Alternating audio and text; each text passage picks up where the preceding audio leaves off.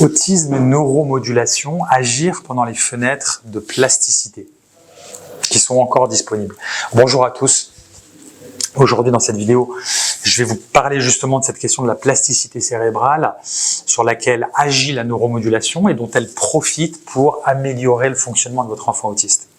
Je m'appelle Paul, je suis le père d'un enfant autiste qui a été diagnostiqué à l'âge de 3 ans, qui a aujourd'hui 10 ans, et pour lequel j'ai mis en place un protocole de neuromodulation intensive depuis environ 3 mois. Je me permets de faire cette vidéo parce que j'ai des résultats qui sont exceptionnels, bien que mon fils ne soit plus dans les premières fenêtres de plasticité, puisqu'il a aujourd'hui 10 ans, et que j'ai commencé lorsqu'il avait encore 9 ans et demi, enfin à la fin de sa 9e année.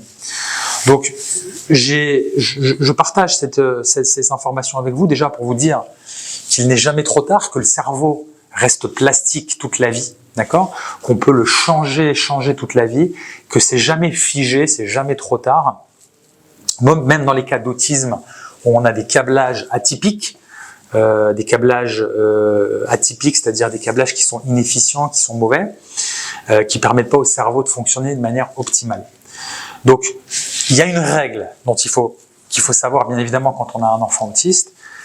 Le but, c'est pas de vous faire paniquer, mais c'est de vous sensibiliser. C'est que plus on attend que l'enfant grandit, plus il va falloir travailler difficilement pour réparer, pour améliorer votre enfant, parce que les fenêtres de plasticité se referment. La fenêtre de plasticité idéale, c'est celle de 0 à 3 ans. Parce que c'est ce qu'on appelle une fenêtre de plasticité critique. C'est celle où 80% du câblage de votre enfant se construit. Et c'est pendant cette période-là que le cerveau de l'enfant est le plus malléable, qu'il est le plus modifiable, améliorable.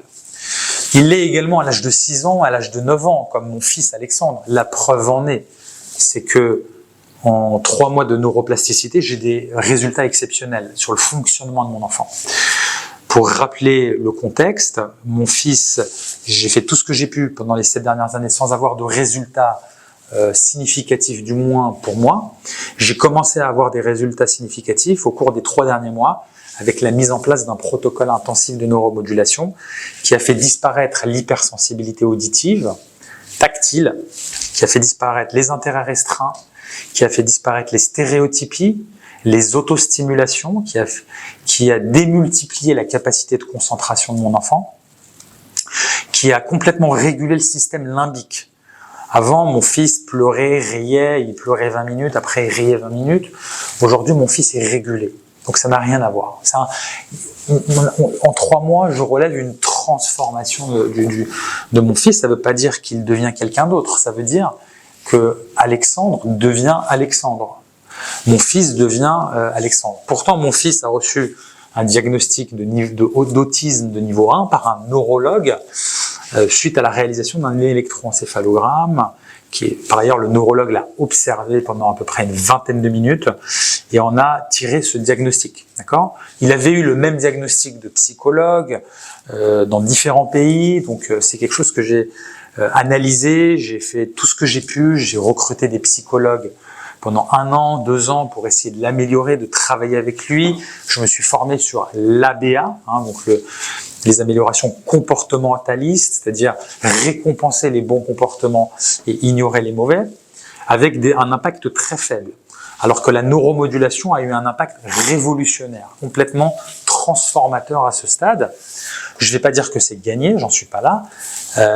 Aujourd'hui, il me manque le langage élaboré, il me manque la théorie de l'esprit, c'est-à-dire la capacité de généraliser, mais j'ai déjà une capacité de concentration énorme, j'ai de grands progrès au niveau des capacités cognitives, au niveau des capacités intellectuelles qui sont complètement différentes. Je fais des rapports avec une éducatrice qui s'occupe de mon fils, qui me fait des rapports et je suis l'évolution. Au-delà des marqueurs comportementaux qui, eux, sont sans appel parce que l'hypersensibilité, quand je mets de la musique à 100 décibels, il ne met plus ses oreilles devant ses oreilles, ses mains devant ses oreilles. Donc, c'est cliniquement indiscutable qu'elle a disparu, alors qu'avant, un petit peu de musique, il se mettait à crier parce que ça lui faisait mal. Donc, toutes ces améliorations cliniques, je les ai obtenues effectivement grâce à la neuromodulation. Plus tôt vous agissez sur votre enfant, mieux c'est. Plus vous profitez des fenêtres de plasticité. Donc, La neuromodulation aujourd'hui est très peu connue par les spécialistes de l'autisme. Elle est sous-évaluée alors qu'elle a des capacités de transformation sur de nombreux enfants ou du moins d'amélioration significative.